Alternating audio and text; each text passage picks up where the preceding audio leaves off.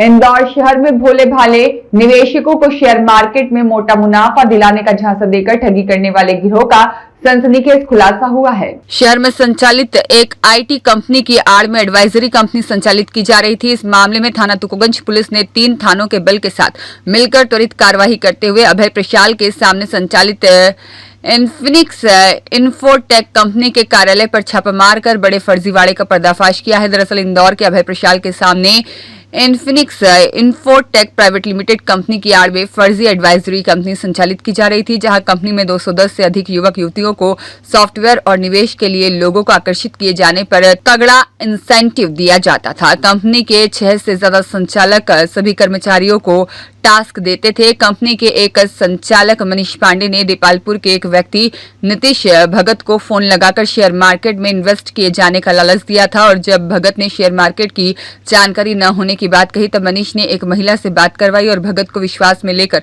भगत से 4,80,000 से ज्यादा इन्वेस्ट करवाए, जिसके बाद मनीष और महिला द्वारा भेजे गए मोबाइल एप्लीकेशन और कंप्यूटर सॉफ्टवेयर पर भगत का पैसा बढ़ता हुआ दिखाई दिया। लेकिन जब भगत ने पैसा निकालने चाहे तो उसे ठगी की जानकारी लगी। इसके बाद में भगत ने कंपनी के संबंधित थाना क्षेत्र तुकोगंज में शिकायत दर्ज कराई। पुलिस ने दबिश दी तो करीब 250 से ज्यादा कर्मचारी काम करते मिले। अचानक हुई दबिश से ऑफिस में हड़कंप मच गया था।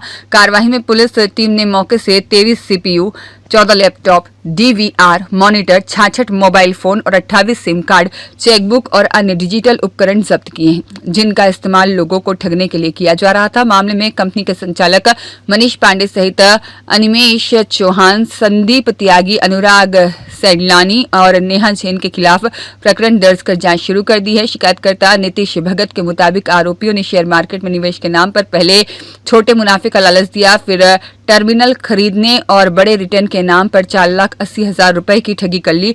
इसी गिरोह ने अन्य राज्यों के लोगों को भी निशाना बनाया। पुलिस अब इस पूरे नेटवर्क के गहराई से जांच कर रही है और संभावना है कि ठगी का यह आंकड़ा करोड़ों तक पहुंच सकता है। थाना क्षेत्र में बास्केटबॉल ग्राउंड के सामने माणक मेवा वाली बिल्डिंग के ऊपर एक Infinix infotech private limited company चल रही थी। उस कंपनी के संबंध में फरियादी भगत जी द्वारा एक शिकायत की गई कि उसको शेयर मार्केट में पैसे लगाने का लालच देकर उससे काफी पैसे लगवाए गए और उन पैसों को उनकी कंपनी के द्वारा ले लिया गया और उसको उसका कोई लाभ नहीं दिया गया, तो जिससे उसको लगा कि उसके साथ फ्रॉड हुआ है और उसने इस बात की शिकायत थाने पर की। जैसे ही थाने पर शिकायत प्राप्त हुई, वरिष्ठ अधिकारियों ने निर्देशित किया, चर्चा की गई, उनके द्वारा निर्देशित किया गया किस तरीके से इसमें दबिश देना है। तो स्टाफ के साथ दबिश दी गई और इस दबिश में वहाँ ये पाया गया कि वहाँ पे इस तरह का कार्य संचालन किया जा रहा था जिसमें लोगों को शेयर मार्केट में पैसे लगवाए जाते थे, फिर कुछ पैसे उसमें ग्रोथ भी की जाती थी। जब ग्रोथ देख के व्यक्ति और पैसे लगा देता था तो फिर पैसे उसके कम हो जाते हैं। ऐसी चीज तस्दीक पाई गई और जिसके कारण से उस पर 6 लोगों पर मनीष पांडे, प्रियंका मेहरा, संदीप त्यागी, अनुराग सैलानी, नेहा जैन और निमेश चौहान के ऊपर विभिन्न धाराओं में अपराध कायम किया गया है, जिसमें से प्रियंका मेहरा, संदीप त्यागी, अनुराग और निमेश को गिरफ्तार कर लिया गया है। मनीष पांडे और नेहा जैन अभी फरार है, उनको भी शीघ्र गिरफ्तार किया जाएगा।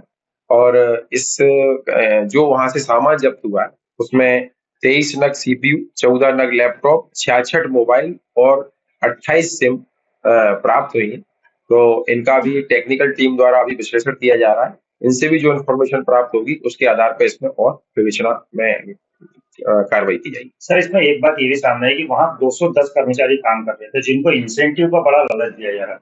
हाँ, इंसेंटिव तो खैर देते हैं कर्मचारियों को, बड़ा लालच इंसेंटिव के साथ में लोगों को ग्राहक बना के लाने के लिए भी उनको काम करवाया जा रहा था। इस संबंध में भी विवेचना में जो चीजें आएंगी वो आपके साथ शेयर की। सर, कुछ वहां से मौके से हार्ड डिस्क जब्त हुई है जिसमें जिनसे ठगी की गई है उनकी भी जानकारी भी।